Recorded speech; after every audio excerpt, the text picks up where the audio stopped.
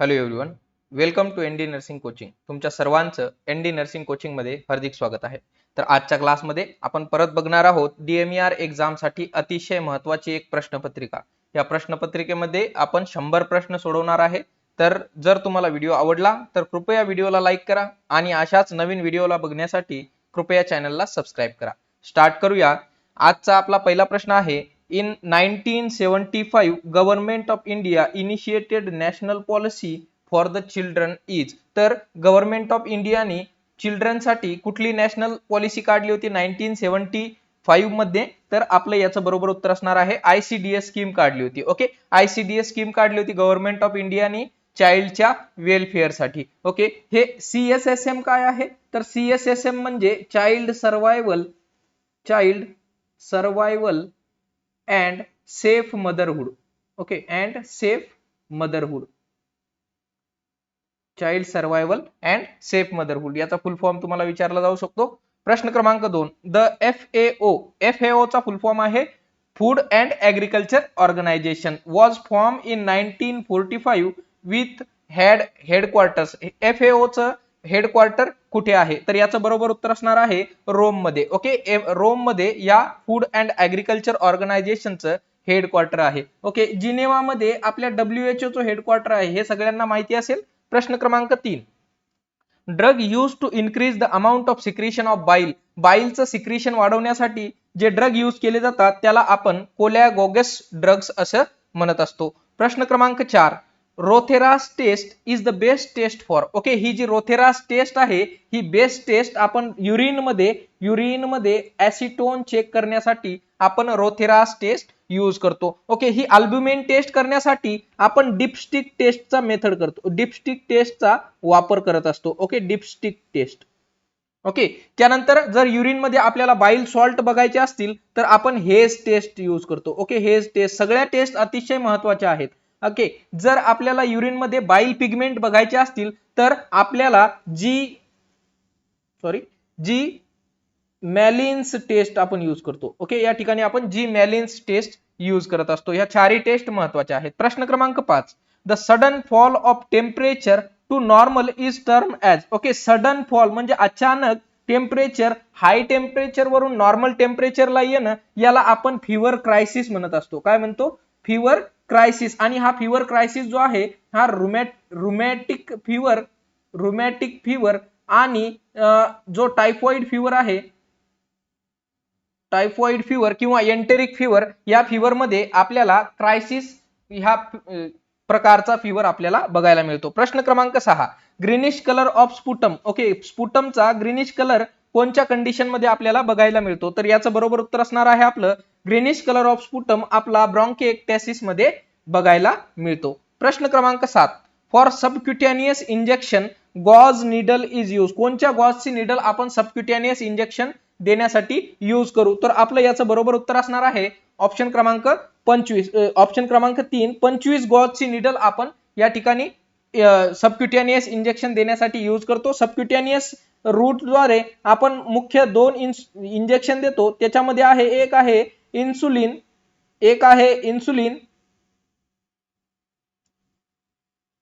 Insulin आणि क्लेक्झेन injection. Okay, क्लेक्झेन पण आपण जे थ्रोम्बोस न होण्यासाठी आपण जे इंजेक्शन देतो क्लेक्झेन, ते सुद्धा आपण सबक्युटेनियस रूटनी देत असतो. 20 to 23 गॉजची जी निडल असते ही आपण आयएम इंजेक्शन देण्यासाठी यूज करत असतो. ओके, आणि आयएम इंजेक्शन देताना आपण 90 डिग्री कोनाचा वापर करतो. ओके, सबक्युटेनियस इंजेक्शन साठी 45 डिग्री. जर तुमची निडल 1.5 इंचाची असेल, ओके, जर तुमची निडल 1.5 इंचाची असेल तर आपण 45 डिग्री यूज करू, किंवा जर तुमची निडल फक्त 1/2 इंचाची असेल सबक्युटेनियस इंजेक्शन देताना तर तुम्हाला 90 डिग्रीचाच उपयोग करायचा आहे. ओके, त्यानंतर आयएम साठी मी सांगितलंय 90 डिग्रीचा वापर होईल.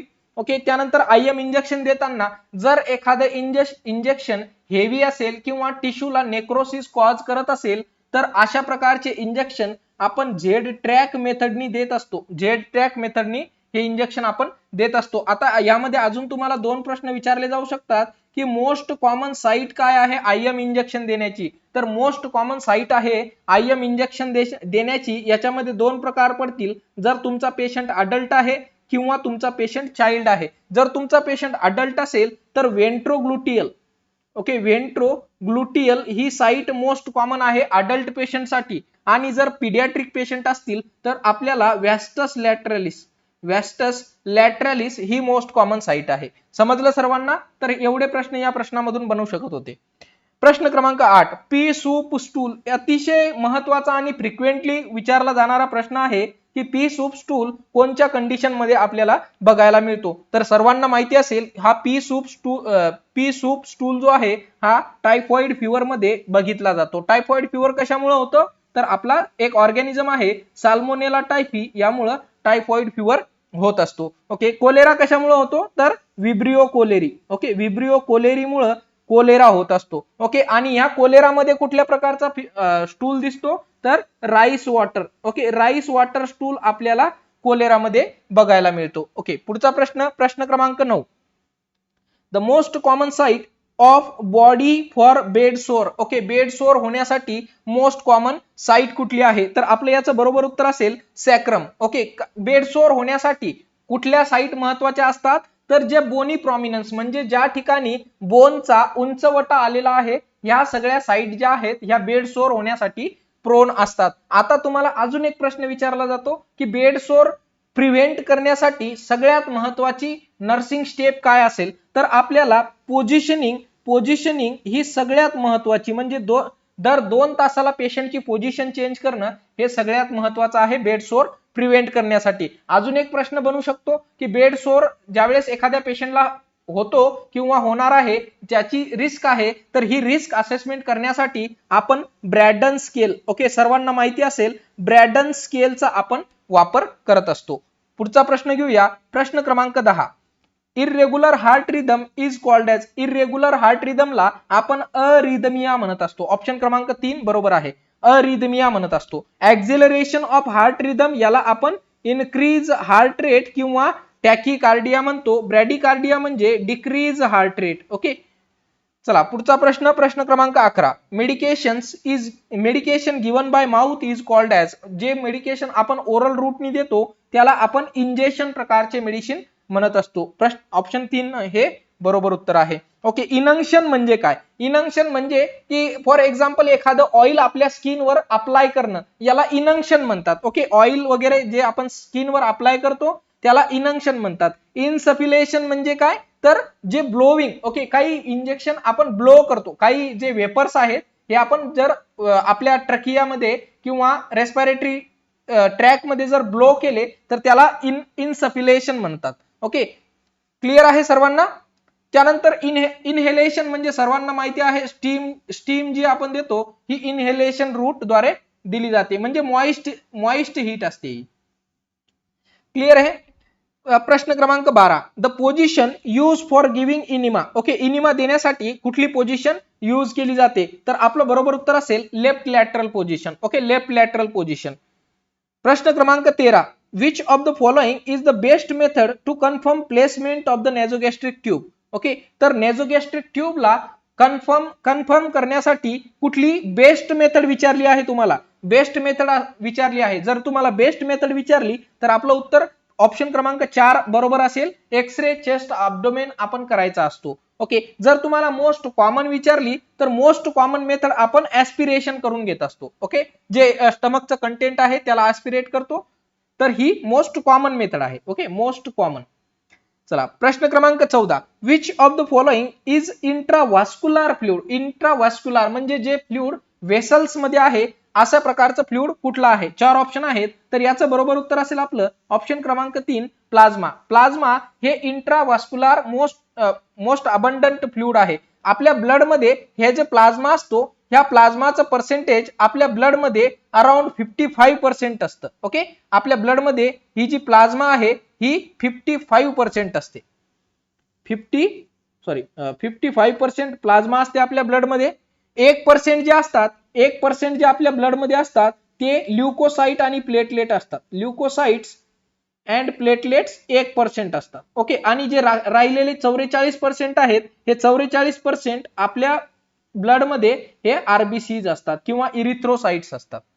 क्लिअर आहे? कळलं तुम्हाला कंपोजिशन ब्लडचं काय कंपोजिशन असतं. त्यानंतर प्रश्न क्रमांक 15, which of the following is a first line drug use for pen management. Pen management साठी फर्स्ट लाईन ड्रग कुठला यूज केला जातो. फर्स्ट लाईन विचारलंय तुम्हाला. ओके, फर्स्ट लाईन विचारलंय तर फर्स्ट लाईन ड्रग आपण ऍसिटामिनोफेन पासून चालू करतो. ज्या वेळेस एखाद्या पेशंटला माइल्ड प्रकारचं पेन असेल, अतिशय कमी प्रकारचं पेन असेल तर ऍसिटामिनोफेन यूज करतो. Okay, morphine. मॉर्फिन काय आहे तर मॉर्फिन हे एक प्रकारचं ओपिओइड आहे. ओके, ओपिओइड अनाल्जेसिक्स आहे आणि ज्या वेळेस मॉर्फिनचा टॉक्सिसिटी होते, ज्या वेळेस मॉर्फिनची टॉक्सिसिटी होते त्यावेळेस आपण अँटीडोट देतो, त्याला म्हणतो आपण नॅलोक्झोन. इंजेक्शन नॅलोक्झोन आपण या ठिकाणी देत असतो. क्लिअर आहे? प्रश्न क्रमांक 16, which of the following is the organism that causes peptic ulcer disease. खालीलपैकी कोणचा organism peptic ulcer disease cause करतो. सर्वांना माहिती असेल, मोस्ट कॉमनली विचारला जाणारा प्रश्न आहे हेलिकोबॅक्टर पायलोराय. ओके, हा जो आहे हा मोस्ट कॉमन ऑर्गॅनिझम आहे पेप्टिक अल्सर डिसीज करण्यासाठी.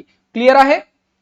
ओके, आता हेलिकोबॅक्टर पायलोराय किंवा ज्यावेळेस पेप्टिक अल्सर डिसीज होतो तर ह्या वेळेस आपण ट्रिपल थेरपी देतो. ट्रिपल थेरपी सर्वांना माहिती असेल, ज्यावेळेस पेप्टिक अल्सर डिसीज होतात त्यावेळेस आपण ट्रिपल थेरपी देतो. या ट्रिपल थेरपीमध्ये 3 प्रकारचे ड्रग असतात. कुठल्या कुठले? एक म्हणजे असतो पीपीआय, प्रोटॉन पंप इनिबिटर, जसं पॅन्टोप्राझोल झालं, प्लस दुसरा असतो क्लॅरिथ्रोमायसिन, आणि तिसरा असतो मेट्रोनिडाझोल, किंवा अमॉक्सिसिलिन. ओके, ही ट्रिपल थेरपी बद्दल सुद्धा तुम्हाला प्रश्न बनू शकतो. प्रश्न क्रमांक 17, which of the following nutrient help for tissue repair. Tissue repair साठी कोणचं न्यूट्रिएंट महत्वाचं असतं. याचं बरोबर उत्तर असेल ऑप्शन क्रमांक 4, प्रोटीन.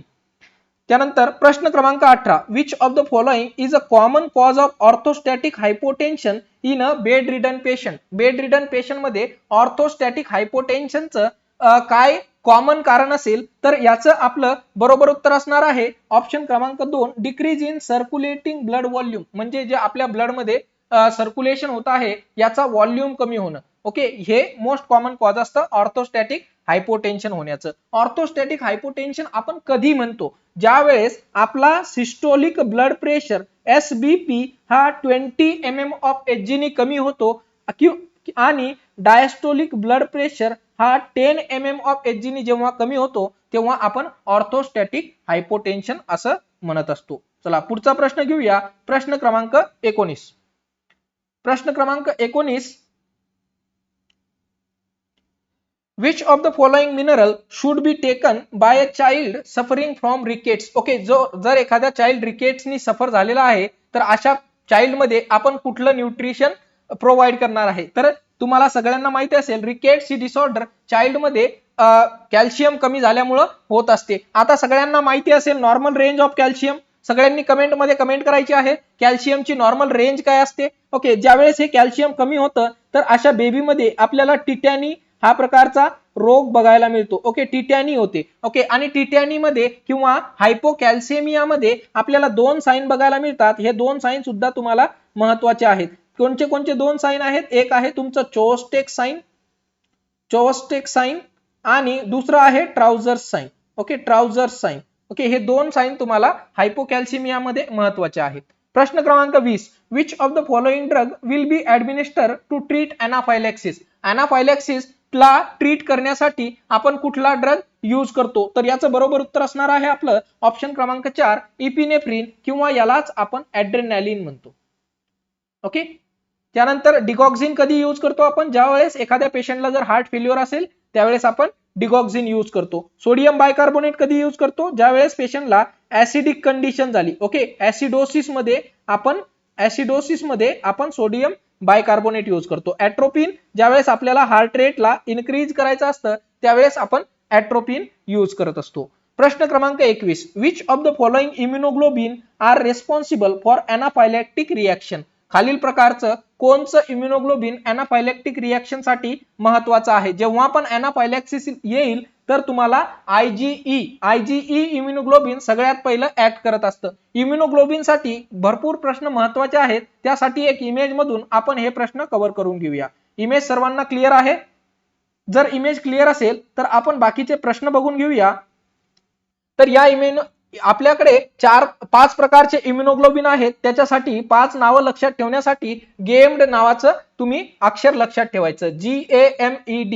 ओके, हे 5 इम्युनोग्लोबिन आपल्या बॉडीमध्ये असतात. तर आयजीजी सगळ्यात पहिला आहे आयजीजी ग्रेटेस्ट प्लाझ्माचं कॉन्सन्ट्रेशन असतं, म्हणजे हा मोस्ट अबंडंट इम्युनोग्लोबिन आहे. प्रश्न विचारला जाऊ शकतो मोस्ट अबंडंट इम्युनोग्लोबिन कोणचा आहे, तर आयजीजी आहे, जो की 70% आहे. आणि हा आयजीजीच इम्युनोग्लोबिन आहे जो की प्लासेंटाला क्रॉस करत असतो.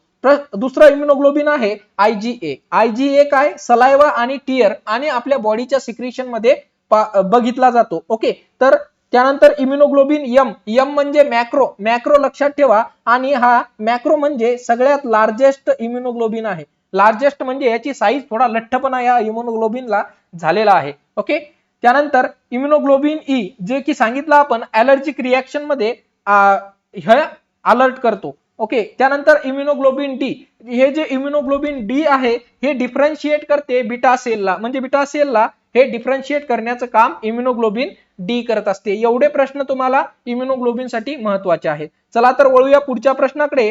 पुढचा प्रश्न आहे आपला, सर्वांना व्हिडिओ क्लिअर आहे? ओके, पुढचा प्रश्न आहे प्रश्न क्रमांक 22. Which of the following should be watch for a patient who has just undergone a total thyroidectomy. जर एखाद्या पेशंटची थायरॉइडेक्टॉमी झालेली असेल, म्हणजे त्या पेशंटची थायरॉइड ग्लँड जी आपल्या गळ्यामध्ये समोरच्या भागाला प्रेझेंट आहे, जर ही ग्लँड रिमूव्ह केली तर अशा पेशंट मध्ये तुम्ही काय बघणार, तर आपण अशा पेशंट मध्ये हायपोकॅल्सेमियाचं साइन बघणार. सर, हायपोकॅल्सेमियाचं साइन बघणार. ओके, आता तुम्ही म्हणसाल याचं रिलेशन काय आहे, तर तुम्हाला सगळ्यांना माहिती असेल की थायरॉइड ग्लँडच्या मागच एक पॅराथायरॉइड ग्लँड आहे. ओके, ही पॅराथायरॉइड ग्लँड थायरॉइडेक्टॉमी करताना ऍक्सिडेंटली रिमूव्ह केल्या जाऊ शकते. आणि तुम्हाला माहिती आहे पॅराथायरॉइड ग्लँडचं काम काय आहे, तर आपल्या ब्लड मध्ये कॅल्शियम मेंटेन ठेवण्याचं काम ही पॅराथायरॉइड ग्लँड करत असते. जर अशा ठिकाणी एखाद्या पेशंटची थायरॉइडेक्टॉमी झाली तर तुम्हाला हायपोकॅल्सेमिया किंवा पॉझिटिव्ह चोस्टेक साइन बघायचं असतं. क्लिअर आहे सगळ्यांना? क्लिअर आहे? ओके, आणि तुम्हाला 2 प्रश्न अजून विचारले जाऊ शकतात. रोज पोझिशन, थायरॉइडेक्टॉमी करताना रोज पोझिशन दिली जाते, रोज पोझिशन. ओके, रोज पोझिशन दिली जाते थायरॉइडेक्टॉमी करताना, आणि थायरॉइडेक्टॉमी करताना आपण सेकंड आणि थर्ड क्रिकॉइड रिंग मध्ये, ओके, सेकंड आणि थर्ड क्रिकॉइड रिंग मध्ये थायरॉइडेक्टॉमी केली जाते. क्लिअर आहे सगळ्यांना? ओके, त्यानंतर पुढचा प्रश्न घेऊया.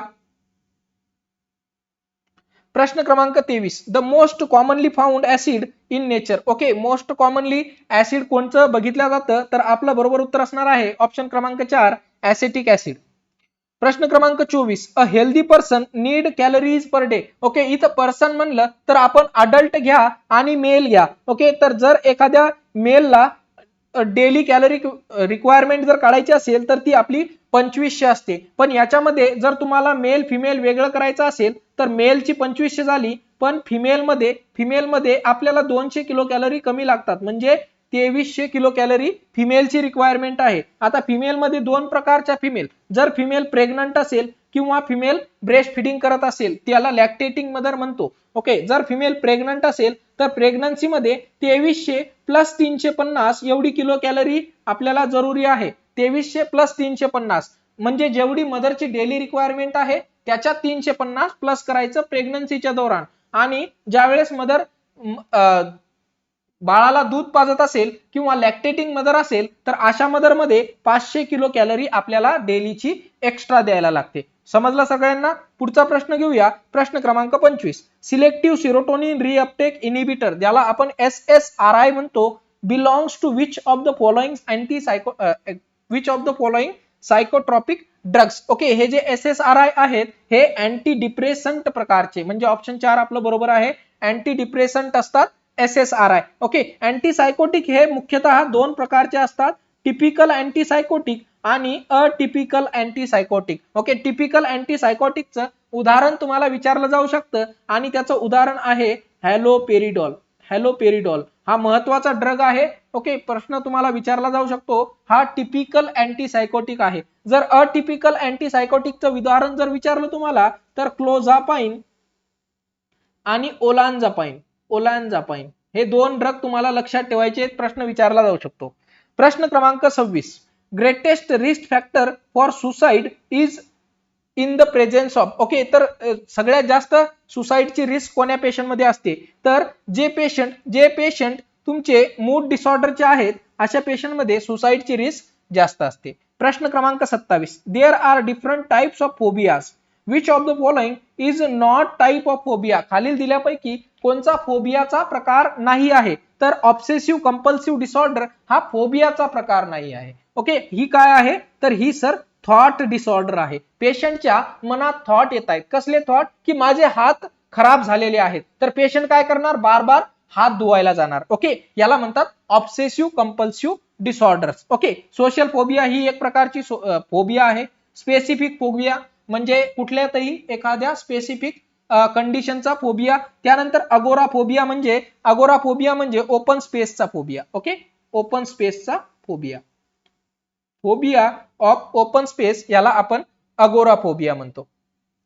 त्यानंतर प्रश्न क्रमांक 28, the person with generalize anxiety disorder. Okay, एक person with generalize anxiety disorder अशा पर्सनला जे डेली आपण काम करतो जसं की उठणे. ओके, अशा पेशंटला सकाळी झोपेतून उठण्यालाच एक प्रॉब्लेम समजतो, म्हणजे की मी सकाळी झोपेतून कसा उठणार, हाच त्या पेशंटचा प्रॉब्लेम असतो. अशा पेशंटला आपण जनरलाइज एंजाइटी म्हणजे विनाकारणच्या गोष्टीसाठी एंजाइटी असणं.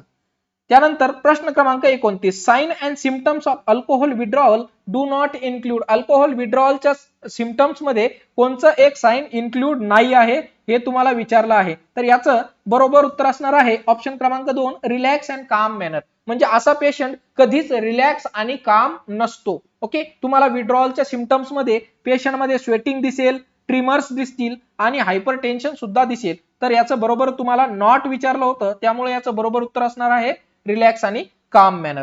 प्रश्न क्रमांक 30, all that is learn during school college activity that is not designated part of official curriculum.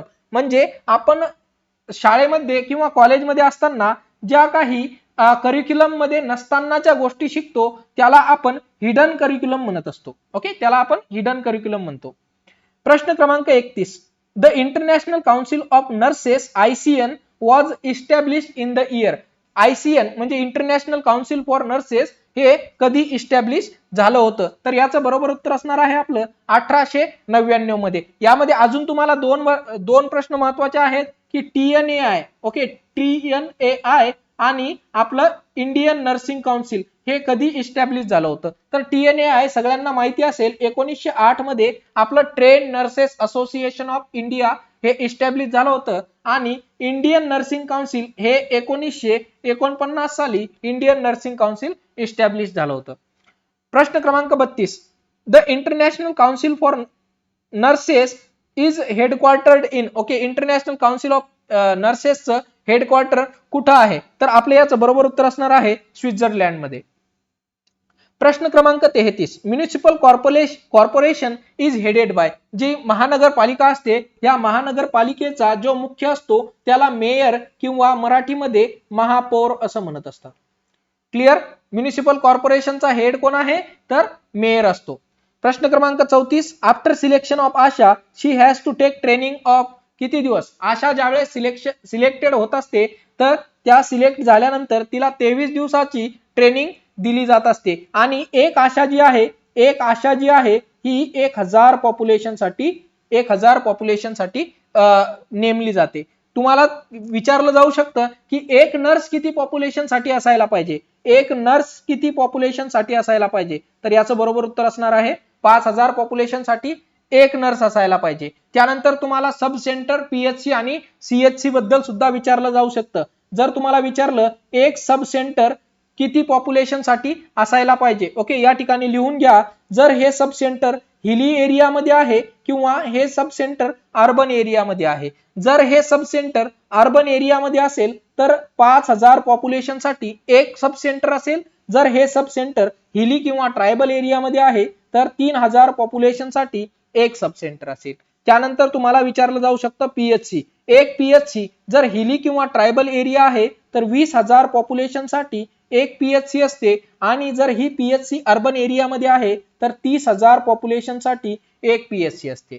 त्यानंतर सीएचसी. ओके, सीएचसी जर विचारली तुम्हाला सीएचसी तर एक सीएचसी हिली आणि ट्रायबल एरिया मध्ये 80,000 पॉप्युलेशन साठी असते, आणि जर ही सीएचसी अर्बन पॉप्युलेशन मध्ये विचारली तर 1,20,000 पॉप्युलेशन साठी एक सीएचसी असते. अतिशय महत्वाचे प्रश्न आहेत. त्यानंतर पुढचा प्रश्न, प्रश्न क्रमांक 35 नंबरचा प्रश्न आहे, pregnancy above the age of 35 has increase incidence of. ज्या वेळेस एखादी मदर 35 वर्षाच्या नंतर प्रेग्नंट पहिल्यांदा राहिली तर अशा मदर मध्ये डाऊन सिंड्रोम होण्याचे, त्या बाळामध्ये डाऊन सिंड्रोम होण्याचे सगळ्यात जास्त चान्सेस असू शकतात. क्लिअर आहे? ओके, पायरी रॉबिन सिंड्रोम. ओके, पायरी रॉबिन सिंड्रोम काय असतो, कारण याच्यामध्ये हा प्रश्न विचारला जाऊ शकतो. पायरी रॉबिन सिंड्रोम काय असतो, तर हा एक कंजेनायटल बर्थ डिफेक्ट आहे. याच्यामध्ये काय होतं की ग्लॉसोप्टोसिस. ओके, ग्लॉसोप्टोसिस म्हणजे ही जी टंग आहे ही बॅकवर्ड जात असते. ज्या ही टंग बॅकवर्ड गेल्यामुळं या बेबीला एअरवे ऑब्स्ट्रक्शन होण्याचे चान्सेस असतात, आणि या बेबीमध्ये मायक्रोग्नॅन्थिया. ओके, मायक्रोग्नॅन्थिया म्हणजे की जो लोअर जो आहे बेबीचा हा खाली सरकल्यासारखा वाटतो. ओके, हा जो लोअर जो आहे हा खाली सरकल्यासारखा वाटतो, याला म्हणतो आपण पायरियर रॉबिन सिंड्रोम. ओके, चला पुढचा प्रश्न घेऊया. प्रश्न क्रमांक 36. ओके, प्रश्न क्रमांक 36. इस्ट्रायॉल इज सिंथेसाइज इन द. इस्ट्रायॉल कोण सिंथेसाइज करते, तर याचं बरोबर उत्तर असणार आहे प्लासेंटा ही इस्ट्रायॉल सिक्रीट करत असते. प्रश्न क्रमांक 37. प्रश्न क्रमांक 37 आहे आपला, fetal cord blood sampling is also called as. Okay, fetal cord blood सॅम्पलिंगला आपण काय म्हणत असतो, तर याला आपण कॉर्डोसेंटोसिस म्हणत असतो, कॉर्डोसेंटेसिस. त्यानंतर प्रश्न क्रमांक 38. During labour fetal wellbeing is detected by. लेबरच्या दौरान फिटल वेलबिंग म्हणजे बाळ मातेच्या उदरामध्ये बरोबर आहे किंवा नाही हे आपण एनएसटी द्वारे. एनएसटी चा फुल फॉर्म काय आहे, non stress test. Okay, non stress test. आणि सीएसटी म्हणजे contraction stress test. Okay, CST आणि एनएसटी. ओके, ह्या दोन्ही पण मेथड यूज करतात, पण मोस्ट कॉमनली जर विचारलं तर तुमचं नॉन स्ट्रेस टेस्ट हे बरोबर उत्तर आहे. ओके, त्यानंतर बायोफिजिकल जे असेसमेंट असते ही यूएसजी द्वारा केली जाते. ज्यावेळेस बाळाची सोनोग्राफी होते त्यावेळेस आपण बायोफिजिकल असेसमेंट, त्याच्यामध्ये आपण क्राऊन रम्प लेंथ, बाळाचं फिमर लेंथ, बाळाची ह्युमरस लेंथ, ओके, अशा प्रकारचे आपण बायोफिजिकल मेजरमेंट मोजत असतो. प्रश्न क्रमांक 39. After 32 weeks of 32 weeks the FHR is also related to. म्हणजे 32 आठवडे झाल्यानंतर जो फिटल हार्ट रेट आहे हा कशाशी रिलेटेड असतो, तर हा हार्ट रेट युटेराइन ऍक्टिव्हिटीशी, म्हणजे ज्यावेळेस युट्राइन कॉन्ट्रॅक्शन होतील तर या हार्ट रेट मध्ये सुद्धा चेंज होतात. हे याचं बरोबर उत्तर आहे ऑप्शन क्रमांक 3. प्रश्न क्रमांक 40. Normal labour is called as. Normal लेबरला आपण युटोसिया म्हणतो. युटोसिया म्हणजे नॉर्मल लेबर आणि डिस्टोसिया म्हणजे ऍबनॉर्मल लेबर. क्लिअर आहे? स्पुरियस लेबरलाच फॉल्स लेबर म्हणतात.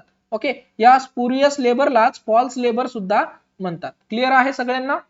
ओके, प्रश्न क्रमांक 41. डोंगरीच्या तुरुंगातील आमचे 101 दिवस हे पुस्तक कोणी लिहिलेलं आहे, तर हे पुस्तक ग आगरकर म्हणजे गोपाळ गणेश आगरकर यांनी डोंगरीच्या तुरुंगातील आमचे 101 दिवस हे पुस्तक लिहिलं आहे. प्रश्न क्रमांक 42. सन 1864 मध्ये पुणे येथे विधवा पुनर्विवाह घडवून आणणारे समाज सुधारक कोण होते? ओके, 1864 मध्ये विधवा पुनर्विवाह घडवून आणणारे समाज सुधारक हे आपले महात्मा ज्योतिराव फुले हे होते. ठीक आहे. त्यानंतर यांच्या पत्नींनी सावित्रीबाई फुलेंनी स्त्री शिक्षणासाठी अतिशय महत्वाची भूमिका बजावली होती, हे सगळ्यांना माहिती असेल. त्यानंतर प्रश्न क्रमांक 43. गोपाळ गणेश आगरकर यांचा जन्म कुठे झाला होता, तर याचं बरोबर उत्तर असणार आहे टेंबू या गावी गोपाळ गणेश आगरकर यांचा जन्म झाला होता. प्रश्न क्रमांक 44. सन 1919 मध्ये स्त्रियांना क्रूरपणे वागविण्यास प्रतिबंध करणारा कायदा कोणी संमत केला होता, तर या प्रश्नाचं बरोबर उत्तर असणार आहे राजर्षी शाहू महाराजांनी 1919 मध्ये स्त्रियांना क्रूरपणे वागविण्यास प्रतिबंध करणारा कायदा संमत केला होता. पुढचा प्रश्न, प्रश्न क्रमांक 45. खालीलपैकी कोणास भारतीय चित्रपट सृष्टीचे जनक म्हणून ओळखले जाते? तर दादासाहेब फाळके यांना भारतीय चित्रपट सृष्टीचे जनक म्हणून ओळखले जाते. प्रश्न क्रमांक 46. गोबीचे वाळवंट खालीलपैकी कोणत्या प्रदेशात आहे? तर गोबीचे वाळवंट हे खालीलपैकी मध्य आशिया या प्रदेशात आहे. ओके, मध्य आशियामध्ये गोबीचे वाळवंट आहे. प्रश्न क्रमांक 47. पंतप्रधान नरेंद्र मोदी यांनी 13 मार्च 2018 रोजी नवी दिल्ली येथून कार्यान्वित केलेल्या क्षयरोग मुक्त भारत म्हणजे टीबी मुक्त अभियान, ओके, टीबी मुक्त अभियान जे आहे या अंतर्गत किती पर्यंत आपल्याला आपल्या भारताला क्षयरोग मुक्त करायचं आहे? तर याचं जे उद्दिष्ट आहे हे 2025 पर्यंत आपल्याला end TB, okay, end TB हा प्रोग्राम सध्या चालू आहे. 2025 पर्यंत आपल्याला एंड टीबी करायचा आहे. त्यानंतर प्रश्न क्रमांक 48. टेलिव्हिजन या उपकरणाचा शोध कुणी लावला आहे? सगळ्यांना माहिती असेल, आपण सगळे रोज टीव्ही बघत असतो, तर ह्या टीव्हीचा जो शोध आहे हा जॉन बेअर्ड यांनी लावलेला आहे. न्यूटननं काय केलं? तर न्यूटननं झाडाखाली जाऊन बसला होता आणि झाडाखाली जाऊन बसल्यानंतर त्याच्या डोक्यावर शेप ऍपल पडलं. ते ऍपल पडल्यामुळं त्यानं लावला गुरुत्वाकर्षणाचा शोध. ओके, गुरुत्वाकर्षणाचा शोध लावला या न्यूटन साहेबांना. एडिसनने कशाचा शोध लावला? तर एडिसननं आपल्या लाईट बल्बचा शोध लावला. ओके, दिव्याचा शोध आपल्या एडिसन साहेबांनी लावला. मार्कोनी रेडिओचा शोध लावला होता. ओके, मार्कोनीनी रेडिओचा शोध लावलेला आहे. पुढचा प्रश्न घेऊया, प्रश्न क्रमांक 49. 10 ग्रॅम मॅग्नेशियमची तार जाळल्यावर मिळालेल्या राखेचे वजन किती असेल? तर हे ज्यावेळेस आपण मॅग्नेशियमची 10 ग्रामची तार जाळतो त्यावेळेस आपल्याला 10 ग्राम पेक्षा जास्त त्याची राख मिळते. ओके, प्रश्न क्रमांक 50. निळी काच तयार करण्यासाठी कोणते धातू संयुग वापरले जाते? तर निळी काच तयार करण्यासाठी कोबाल्ट ऑक्साईड हे धातू संयुग वापरलं जाते. चला पुढचा प्रश्न घेऊया, प्रश्न क्रमांक 51. पाणी या संयुगाची रासायनिक संज्ञा कोणती आहे? तर पाण्याला आपण H2 हायड्रोजनचे 2 आयन आणि ऑक्सिजनचा 1 आयन ही पाण्याची रासायनिक संज्ञा आहे. Okay, AI03 aluminium oxide. Okay, aluminium oxide ही AI03 आहे. मॅग्नेशियम सल्फेट MgSO4 ला मॅग्नेशियम सल्फेट म्हणतात आणि NaCl ला सोडियम क्लोराईड म्हणतात. क्लिअर आहे? ओके, चला पुढचा प्रश्न घेऊया, प्रश्न क्रमांक 52. सूर्यफुलातील परागसिंचन म्हणजे पोलुनेशन, इंग्रजीत याला पोलुनेशन म्हणतात. ओके, तर सूर्यफुलातील परागसिंचन खालीलपैकी कोणत्या घटकामार्फत घडून येते? तर हे जे पोलुनेशन आहे हे सूर्यफुलातलं पोलुनेशन हे कीटकामार्फत म्हणजे एक कीटक एक पोलन ग्रेन जो आहे हा दुसऱ्या ठिकाणी घेऊन जात असतो.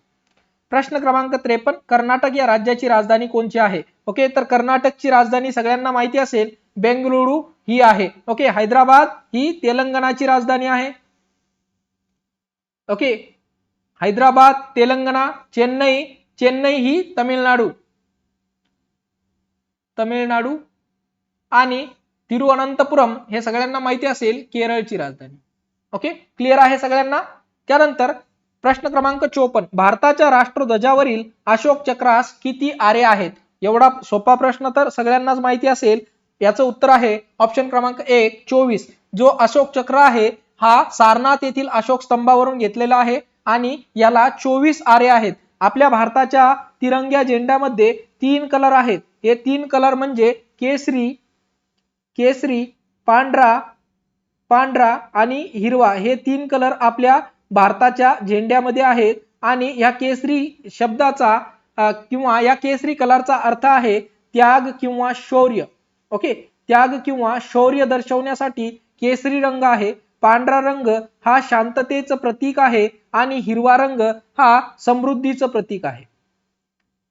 ओके, त्यामुळेच भारताला सुजलाम आणि सुफलाम म्हणतात. ह्या आपला जो भारताचा तिरंगा आहे हा आयताकृती आहे. ओके, हा तिरंगा आयताकृती आहे आणि ह्याचं जे आयताकृतीचं प्रमाण आहे हे 2:3 नेहमी असायला पाहिजे. ओके, क्लिअर आहे.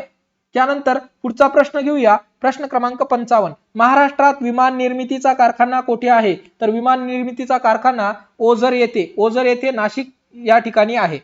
त्यानंतर प्रश्न क्रमांक 56. खालील वाक्यातील अधोरेखित अव्ययाचा प्रकार ओळखायचा आहे. श्रावण सुरू झाला की आणखी एक आठवण मनात येते. या वाक्याचा तुम्हाला प्रकार ओळखायचा आहे. तर हे जे वाक्य आहे हे उभयान्वयी वाक्य आहे. ओके. त्यानंतर प्रश्न क्रमांक 57. मंदिर या शब्दास अचूक पर्यायी शब्द शोधायचा आहे. ओके, तर मंदिराला आपण राऊळ किंवा देऊळ सुद्धा म्हणत असतो.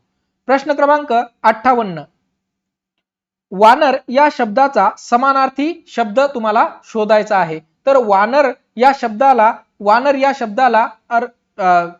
जो आहे शाखामृग, ओके, शहामृग नाही, शाखामृगला वानर म्हणतात. ओके, क्लिअर आहे. ओके, नृपला जो आहे हा नृपला आपण राजा म्हणतो, राजाला नृप सुद्धा म्हणत असतात. ओके, मृगेंद्र कोणाला म्हणतात? मृगेंद्रचा समानार्थी शब्द सिंहाला आपण मृगेंद्र म्हणतो. ओके, सिंहाला अजून एक समानार्थी शब्द आहे, त्याला केसरी सुद्धा म्हणतात सिंहाला. ओके, सिंहाला अजून पंचानन सुद्धा म्हणतात. ओके, पंचानन किंवा सिंहाला वनराज सुद्धा म्हणतात. हे सगळे शब्द सिंहासाठी समानार्थी शब्द आहेत. क्लिअर आहे. पुढचा प्रश्न घेऊया, प्रश्न क्रमांक 59. हुकुम हा शब्द मूळचा कोणत्या भाषेतील आहे? तर हुकुम हा शब्द अरबी भाषेतील आहे. ऑप्शन क्रमांक 3 बरोबर उत्तर असणार आहे. प्रश्न क्रमांक 60. रक्ताची ओंजळ देणे याला या वाक्यप्रचाराचा अचूक अर्थ कोणता आहे? तर रक्ताची ओंजळ देणे म्हणजे बलिदान करणे हे बरोबर उत्तर आहे. त्यानंतर खालील शब्दसमूहाचा तुम्हाला अचूक अर्थ ओळखायचा आहे. कुंडली मांडणे म्हणजे काय? तर कुंडली मांडणे म्हणजे भविष्य वर्तवणे हे होते. त्यानंतर प्रश्न क्रमांक 62. बस्तान ठोकणे, बस्तान ठोकणे म्हणजे मुक्काम करणे. ओके, मुक्काम करणे म्हणजे बस्तान ठोकणे होते. क्लिअर. प्रश्न क्रमांक 63. घड्याळाशी स्पर्धा करणे, घड्याळाशी स्पर्धा करणे म्हणजे वेगाने काम करणे, म्हणजे घड्याळाच्या वेगाच्या सोबत काम करणे किंवा वेगाने काम करणे म्हणजेच घड्याळाशी स्पर्धा करणे होय. पुढचा प्रश्न घेऊया, प्रश्न क्रमांक 64. तो बैल बांधतो हे कोणत्या प्रयोगातील वाक्य आहे? तो बैल बांधतो हे कर्तरी प्रयोगातील वाक्य आहे. प्रश्न क्रमांक 65. खालीलपैकी कोणता शब्द सर्वनाम आहे? तर खालीलपैकी आपण हा शब्द सर्वनाम आहे. ओके, सर्वनाम आहे. त्यानंतर प्रश्न क्रमांक 66. वर चढणे यासाठी खालीलपैकी कोणता शब्द संयुक्तिक ठरतो? वर चढणेला त्याला आपण आरोहण म्हणतो. ओके, आरोहण. अवरोहण म्हणजे खाली येणे. ओके. त्यानंतर प्रश्न क्रमांक 67. खालील वाक्यातील अधोरेखित शब्दाची विभक्ती तुम्हाला ओळखायची आहे. हे माझे पुस्तक आहे, तर माझेची विभक्ती काय असणार आहे? षष्ठी. क्लिअर. प्रश्न क्रमांक 68. गंभीर या शब्दाचे भाववाचक नाम ओळखा. भाववाचक नाम मी तुम्हाला काल सांगितलं होतं भाववाचक काय असतं. तर गंभीरता, दुसरा आहे गंभीरपणा, तिसरा आहे गंभीरत्व आणि चौथा आहे गांभीर्य. तर गांभीर्य या शब्दामध्ये भाव आहे. त्यानंतर प्रश्न क्रमांक 69. शब्दाच्या समुच्चयाने एक विचार पूर्ण होतो, यास व्याकरणात काय म्हणतात? म्हणजे अनेक शब्द ज्यावेळेस एकत्र येतात तर त्यावेळेस आपलं एक वाक्य तयार होत असते. ओके, तर याचं बरोबर उत्तर असेल ऑप्शन 1 वाक्य. प्रश्न क्रमांक 70. गाय या शब्दाचे इकारांत अनेक वचन लिहा. इकारांत लिहायचे, तर याचं बरोबर उत्तर असेल ऑप्शन 1 गाई. त्यानंतर पुढचा प्रश्न घेऊया, प्रश्न क्रमांक 71. Choose the correct spelling. खालील जे 4 ऑप्शन दिलेले आहेत याच्यामध्ये तुम्हाला करेक्ट स्पेलिंग शोधायचंय. बिलीव्ह तुम्ही कसं लिहिसाल? तर या बरोबर उत्तर आहे ऑप्शन क्रमांक 3. अशा प्रकारे आपण बिलीव्ह लिहित असतो. प्रश्न क्रमांक 72. The sun dash a little after 6 these days. Okay, the sun sets. Okay, the sun sets म्हणजे सूर्यास्त झाला little after 6 these days. Okay, तर आपलं बरोबर उत्तर असणार आहे ऑप्शन 1. प्रश्न क्रमांक 73. Choose the correct synonym of the word sufficient. Sufficient साठी समानार्थी शब्द तुम्हाला शोधायचा आहे. तर सफिशियंट म्हणजे इनफ, इनफ म्हणजे सुद्धा सफिशियंट. स्केअर्स हा या सफिशियंटचा विरुद्धार्थी शब्द होईल. ओके, हा काय होईल, अपोजिट वर्ड होईल सफिशियंट साठी. चला पुढचा प्रश्न घेऊया. प्रश्न क्रमांक 74. If he was here he dash support me. Okay, if he was here he would. Okay, काय येईल इथं, he would support me. Okay, he would support me. Okay, त्यानंतर प्रश्न क्रमांक 75. Choose the correct synonym of the word genuine. Okay, genuine साठी समानार्थी शब्द तुम्हाला शोधायचा आहे. तर जेन्युनचा समानार्थी शब्द होईल ऑथेंटिक. त्यानंतर प्रश्न क्रमांक 76. What is the meaning of to take after someone. Okay, to take after someone याचा अर्थ काय आहे, तर याचा अर्थ टू रिझेंबल असा होतो. ओके, याचा अर्थ टू रिझेंबल असा होतो. ऑप्शन 3 याचं बरोबर उत्तर असणार आहे. पुढचा प्रश्न घेऊया. प्रश्न क्रमांक 77. To choose the correct preposition. Preposition तुम्हाला खालून शोधायचं आहे. 4 ऑप्शन तुम्हाला दिलेले आहेत. तर सगळ्यात पहिलं प्रिपोजिशनचा अर्थ काय आहे, तर नाम व सर्वनाम, नाम व सर्वनामाच्या अगोदरची जी जागा असते, अगोदरची जागा याला आपण प्रिपोजिशन म्हणतो. प्री म्हणजे अगोदर. ओके, तर नाम व सर्वनामाच्या अगोदरची जी जागा असते त्याला आपण प्रिपोजिशन म्हणतो. ओके, तर तुम्हाला खालील दिलेल्या वाक्यातून करेक्ट प्रिपोजिशन शोधायचं आहे. His friends condoled dash him in his bereavement. Okay, तर ह्याचं बरोबर उत्तर असा असणार आहे ऑप्शन क्रमांक 2. हिज फ्रेंड कॉन्डोल्ड म्हणजे त्याच्या मित्रांनी भाव व्यक्त केला अपॉन हिम बिरीवमेंट. ओके, क्लिअर आहे. तर ऑप्शन 2 आपलं बरोबर उत्तर असणार आहे. प्रश्न क्रमांक 78. These medicines are dash for curing cold. Okay, तर these medicines are effective for curing cold हे बरोबर होईल. प्रश्न क्रमांक 79. They have decided to meet the prime minister in order to have their. Okay, तर याचं बरोबर उत्तर असणार आहे की they have decided to meet the prime minister in order to have their suffering. Okay, to have their suffering hear. त्यानंतर प्रश्न क्रमांक 80. Choose the correct article. तुम्हाला उपपद शोधायचं आहे. आर्टिकल म्हणजे उपपद शोधायचं आहे. ओके, तर Pandit Nehru was a statesman and orator. Okay, तो Pandit Nehru was a statesman and an orator. इथं काय येईल, एन ओरॅटर येईल.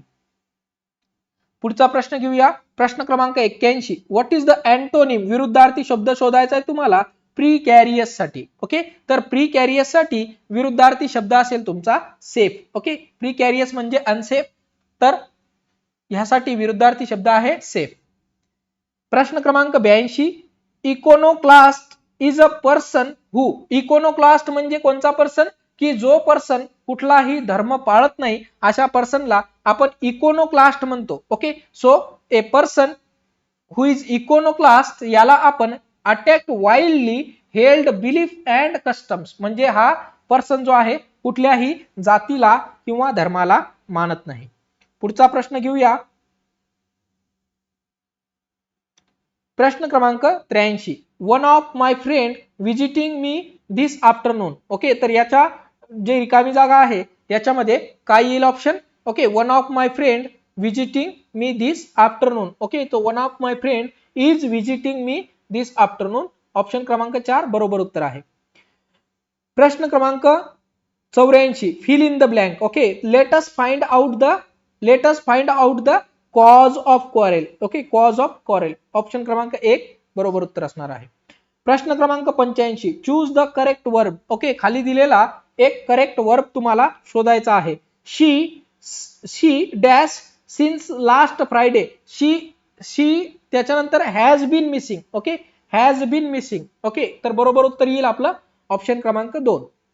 प्रश्न क्रमांक 86. जास्वंदाला कमळ म्हटले. ओके, तर हा प्रश्न थोडासा समजून घ्यायचा आहे. जर आपण जास्वंदाला कमळ म्हटलं, कमळाला गुलाब म्हटलं, गुलाबाला जर रानफुल म्हटलं, तर फुलांच्या राजाला आपण काय म्हणणार आहे. तर सगळ्यांना माहिती असायला पाहिजे की फुलांचा राजा कोण आहे, गुलाब आहे. तर आपलं बरोबर उत्तर काय येईल? कारण की आपण गुलाबाला जर रानफूल म्हटलं तर आपलं बरोबर उत्तर येईल रानफूल. ओके, कारण गुलाबाला आपण रानफूल म्हटलं आणि फुलांचा राजा गुलाब आहे.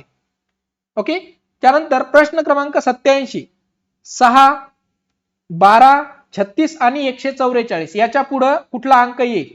ओके, सोडवायचा प्रयत्न करा, सगळ्यांनी सोडवायचा प्रयत्न करा. अशा प्रकारचे प्रश्न आपल्याला DMER एक्झाम मध्ये बघायला मिळू शकतात. सर्वांना विनंती आहे की हा व्हिडिओ जर तुम्हाला आवडत असेल तर तुमच्या मित्रांना सुद्धा हा व्हिडिओ शेअर करा. चला फाइंड करा की 6, 12, 36 आणि 144 याच्या नंतर कुठला अंक येईल. ओके, तर याचं जे आहे रिलेशन कसं बनेल बघा. 6 गुणिला 2 किती झाले? 12. 12 गुणिला 3 किती झाले? 12 36. ओके, 36 गुणिला 4 किती झाले? 144. 144 गुणिला 5 किती होतील? चला करा, 144 गुणिला 5 हे होतील आपले बरोबर उत्तर येईल 720. ओके, चला पुढचा प्रश्न घेऊया.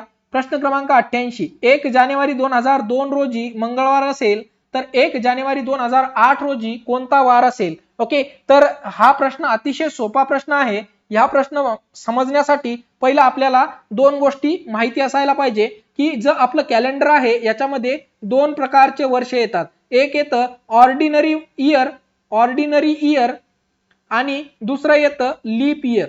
ओके, दुसरं येतं लीप इयर.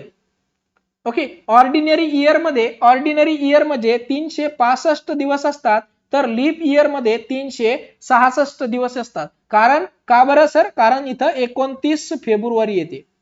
ओके, आणि ही 29 फेब्रुवारी एव्हरी 4 इयर येत असते. एव्हरी 4 इयर म्हणजे प्रत्येक 4 वर्षाला हे लीप वर्ष येत असते. तर 365 दिवस म्हणजे किती आठवडे? तर 52 आठवडे प्लस 1 दिवस एवढे 365 दिवस होत असतात.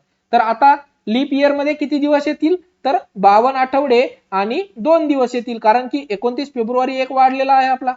या दोन गोष्टी महत्वाच्या असतात. आता ज्या वेळेस असं एखादं लीप इयर येतं तर त्याच्या पहिल्या तारखेला, पहिल्या जानेवारीला जी तारीख असेल तीच तारीख दरवर्षी येणार आहे. ओके, तर 30 तारीख दरवर्षी येणार आहे. आणि लीप इयर हमेशा लक्षात ठेवा, लीप इयरला नेहमी 2 नी भाग जाणारी वर्ष असतात. 8 ला बघा एक्झॅक्टली 2 ने आणि 4 ने भाग जातो, 2 ला सुद्धा 2 ने भाग जातो. त्यामुळे लीप इयर हमेशा जे आहे 2 नी आणि 4 ने भाग जाणारी संख्या असते. ओके, तर आपल्या याचं बरोबर उत्तर असेल, जर 1 जानेवारीला मंगळवार होता तर 1 जानेवारी 2008 ला सुद्धा मंगळवारच असेल.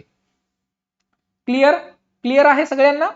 त्यानंतर पुढचा प्रश्न घेऊया. प्रश्न क्रमांक 89, उत्तरेकडे तोंड करून उभा असणारा अजित प्रथम 90 अंशात उजवीकडे वळला व पुन्हा घड्याळाच्या काट्याच्या उलट्या दिशेने 135 अंशात वळला तर त्याचे तोंड आता कोणत्या दिशेकडे असेल? असा प्रश्न आला की सगळ्यात पहिला आपला एनडी नर्सिंग कोचिंगचा फॉर्म्युला वापरा. पहिलं 4 रेषा मारून घ्या आणि दिशा टाकून घ्या. नॉर्थ वेस्ट ईस्ट आणि नॉर्थ साऊथ ईस्ट आणि वेस्ट. ओके, 4 दिशा टाकून घेतल्या. त्यानंतर आता यांना चालवायचं आहे. ओके, तर आपला हा जो अजित दादा आहे, हा अजित दादा आपला पहिलं 90 अंशाच्या कोणामध्ये उजवीकडे वळलेला आहे. उजवी दिशा ही आहे, तर हा अजित पहिले इथं उभा होता. आता हा 90 अंशाच्या कोणात उजवीकडे वळला आहे. ओके, याचं तोंड जर आपलं उत्तरेकडे तोंड करून उभा होता. ओके, हा जर इकडे तोंड करून उभा होता तर याची उजवी दिशा कोणची होईल? याची उजवी दिशा कोणची होईल? तर याची जी उजवी दिशा आहे ही इकडे जाईल. ओके, उजवी दिशा याची पूर्वेकडे उजवी दिशा होईल. बरोबर? ओके, आता हा 90 अंशाच्या कोनामध्ये उजवीकडे वळला आहे. ओके, 90 अंशाच्या कोनात. त्यानंतर तो 135 डिग्री तो उलट्या दिशेने वळला. म्हणजे 135 डिग्री तो अशा प्रकारे वळला आहे, तर त्याचं आता तोंड कुणीकडे असेल? तर याचं बरोबर उत्तर येईल वायव्येकडे. ओके, वायव्येकडे आता त्याचं तोंड असेल. त्यानंतर प्रश्न क्रमांक 90, सुरेश एका ठिकाणाहून पूर्वेकडे 2 किलोमीटर चालत गेला. पुन्हा डावीकडे वळून त्याने 2 किलोमीटर अंतर कापले. त्यानंतर उजवीकडे वळून त्याने 1 किलोमीटर अंतर कापले व पुन्हा उजवीकडे वळून तो 6 किलोमीटर चालत गेला. तर तो आता मूळ स्थानापासून किती अंतरावर आहे? ओके, परत असाच प्रश्न आला तर परत आपण दिशा टाकायच्या आहेत, नॉर्थ, साऊथ, ईस्ट आणि वेस्ट. ओके, आता सुरेशला आपल्याला चालवायचं आहे. ओके, तर सुरेश आपल्याला पूर्वेकडे 2 किलोमीटर चालत गेलेला आहे. तर हा जो सुरेश आहे ही पूर्व दिशा आहे, 2 किलोमीटर इकडे चालत गेला आहे. त्यानंतर पुन्हा डावीकडे वळून, आता त्याची डावी दिशा कोणती असेल, जर त्याचं पूर्वेकडे तोंड असेल तर डावीकडे तो वळून 2 किलोमीटर परत चालत गेला. बर, चला पुढे अजून कुठे चालला तो, तर त्याने उजवीकडे वळाला. ओके, आता त्याचं तोंड कुणीकडे असणार आहे, तर तो उजवीकडे वळाला. ओके, उजवीकडे वळाला आणि 1 किलोमीटर चालला. त्यानंतर तो पुन्हा उजवीकडे वळाला. ओके, आता त्याचं तोंड कुणीकडे असणार आहे, खालच्या दिशेने. ओके, तर आता तो पुन्हा उजवीकडे वळून 6 किलोमीटर चालत गेला. तर त्याचं तुम्हाला अंतर काढायचं आहे मूळ स्थानापासूनच, म्हणजे या इथून पासूनच एवढं अंतर काढायचं आहे. सगळ्यात सोपं आहे 6 - 1 तुमचं उत्तर येईल बरोबर 5. ओके, पुढचा प्रश्न घेऊया. प्रश्न क्रमांक 91. शीर्षासन केलेल्या अवस्थेत संतोषचे तोंड उत्तर दिशेस असेल तर त्याचा उजवा हात कोणत्या दिशेस असेल. शीर्षासन करणे म्हणजे काय, की डोकं खाली पाय वरती ठेवणं, याला शीर्षासन म्हणतात. आता शीर्षासन केलेल्या संतोषचं तोंड जर उत्तर दिशेला असेल तर दिशा टाकून घ्या, नॉर्थ, साऊथ, ईस्ट आणि वेस्ट. आता या संतोषनी शीर्षासन केलेला आहे बघा. अशा प्रकारे संतोषनी शीर्षासन केलेलं आहे. ही जी त्याची आहे ही राईट साइड आहे, ही लेफ्ट साइड आहे. आता त्याचा उजवा हात कोणत्या दिशेस असेल. ओके, तर त्याचा उजवा हात हा पश्चिम दिशेला असेल, कारण की राईट साइड आहे. तर पश्चिम दिशेला त्याचा उजवा हात असेल. तर आपलं ऑप्शन बरोबर येईल, ऑप्शन क्रमांक 4. प्रश्न क्रमांक 92. 5, 9, 17, 33 आणि 65. 5, 9, 17, 33 आणि 65 याचा तुम्हाला पुढचा अंक येणारा काढायचा आहे. ओके, तर बघा 5 + 5. ओके, 5 + 5 किती झाले, 10. 10 - 1 9 झाले. ओके, 9 + 9. ओके, 9 + 9 करा, -1 करा. 9 + 9 18, -1 17. ओके, तसंच आता तुम्हाला 65 + 65 करायचे आहेत आणि -1 करायचं आहे. तुमचं बरोबर उत्तर येऊन जाईल. ओके, तर तुम्हाला कमेंट बॉक्स मध्ये कमेंट करायची आहे की या प्रश्नाचं बरोबर उत्तर काय आलं तुमचं. त्यानंतर पुढचा प्रश्न घेऊया. प्रश्न क्रमांक 93. विसंगत अक्षरगट तुम्हाला ओळखायचा आहे. ओके, बघा HIJ बरोबर आला आहे, हा संगत आहे. KLM हा पण बरोबर आहे. NOP पाहिजे होतं. ओके, NOP पाहिजे होतं, तर हा आपला विसंगत गट आहे, कारण इथं QRS हे पण संगत गट आहे. चला पुढचा प्रश्न घेऊया. प्रश्न क्रमांक 94. विसंगत तुम्हाला घटक ओळखायचा आहे. हरिण, वाघ, गाय आणि शेळी. याच्यातला विसंगत घटक हा वाघ असेल. का बरं, कारण की वाघ हा मांसाहारी प्राणी आहे, बाकी हे जे तिघ आहेत हे शाकाहारी आहेत. ओके, पुढचा प्रश्न क्रमांक 95. M4N त्याच्या बरोबर आहे O17P. M4N O17P. त्यानंतर क्वेश्चन मार्क आहे S37T. ओके, तर हा प्रश्न तुम्हाला सोडवून कमेंट बॉक्स मध्ये कमेंट करायचे आहे. या प्रश्नाचं उत्तर तुम्हाला सोडवून कमेंट बॉक्स मध्ये कमेंट करायचे आहे. त्यानंतर प्रश्न क्रमांक 96. ACE बरोबर 135. असंच LOQ म्हणजे किती होईल, तर याचा रिलेशन बघा कसं बसतंय.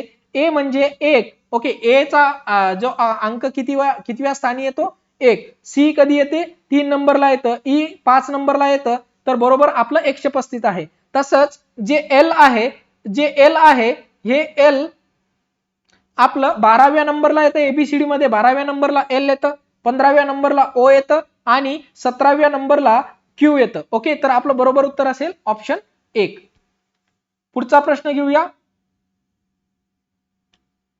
पुढचा प्रश्न क्रमांक 97. 25, 100 बरोबर 36 म्हणजे किती येतील, तर 25 गुणिले जर 4 मी केले तर 100 येतात. 36 गुणिले जर मी 4 केले तर आपलं बरोबर उत्तर येईल. तर 36 गुणिले 4 जर आपण केले तर आपलं उत्तर येईल 144. प्रश्न क्रमांक 98. PUNDIT हा शब्द OTMCHS असा लिहिला तर MADE हा शब्द कसा लिहिला जाईल. ओके, याचं रिलेशन कसं बसतंय बघा. O आणि P. ओके, O नंतर काय येतं, P येतं. T नंतर काय येतं, U येतं. M नंतर काय येतं, N येतं. सी नंतर काय येतं, डी येतं. असंच आता या ठिकाणी आपल्याला रिलेशन बसवायचं आहे, तर या एल नंतर काय येतं, एल नंतर येतं, सॉरी एम नंतर येतं, एल नंतर येतं एम, ए नंतर सॉरी ए नंतर काय येणार, सॉरी झेड नंतर काय येणार, ए च्या अगोदर काय येणार, झेड येणार. ओके, ए च्या अगोदर झेड येणार. तसंच डी च्या अगोदर सी येणार, ई च्या अगोदर काय येणार, डी येणार. तर आपल्याला L M Z C sorry L Z C D कुठं आहे, तर आपलं बरोबर उत्तर असेल ऑप्शन क्रमांक 3 L Z C D. Okay, L Z C D. Clear आहे. ओके, पुढचा प्रश्न घेऊया. खालील आकृतीमध्ये प्रश्न चिन्हाच्या जागी येणारा अचूक पर्याय तुम्हाला ओळखायचा आहे. तर याचं बरोबर उत्तर आहे ऑप्शन क्रमांक 2. प्रश्न क्रमांक 100 लास्ट प्रश्न आहे. खालील आकृतीमध्ये प्रश्न चिन्हाच्या जागी येणारी संख्या तुम्हाला पर्यायामधून शोधायची आहे. थोडासा एकदा बरोबर बघा आकृतीकडे. तर या आकृतीमध्ये आपण रिलेशन लावायचं आहे की 1 गुणिला 3, 3 1 3, 3 गुणिला 3 किती झाले 9. ओके, तर बरोबर उत्तर येईल 9. तसंच आपल्याला करायचं आहे 3 गुणिला 4, 4 ते किती झाले 12, 12 तर 4 त्रिक 12 आणि 12 गुणिला 4 जर आपण केले तर आपलं उत्तर येईल 48. असंच 5 गुणिला 3 जर केले तर 15 आणि 15 गुणिला 3 जर केले तर आपलं उत्तर येईल 45. ऑप्शन मध्ये 45 शोधा, ते आपलं बरोबर उत्तर असणार आहे. ओके, तर हे होते आजचे आपले 100 अति महत्वाचे प्रश्न. जर तुम्हाला व्हिडिओ आवडला असेल तर कृपया व्हिडिओला लाईक करा आणि अतिशय महत्वाची सूचना की तुमच्या सर्व मित्रांना शेअर करा, म्हणजे त्यांना पण याचा फायदा होईल. ओके, धन्यवाद. Thanks for watching. Don't forget to subscribe ND Nursing Coaching.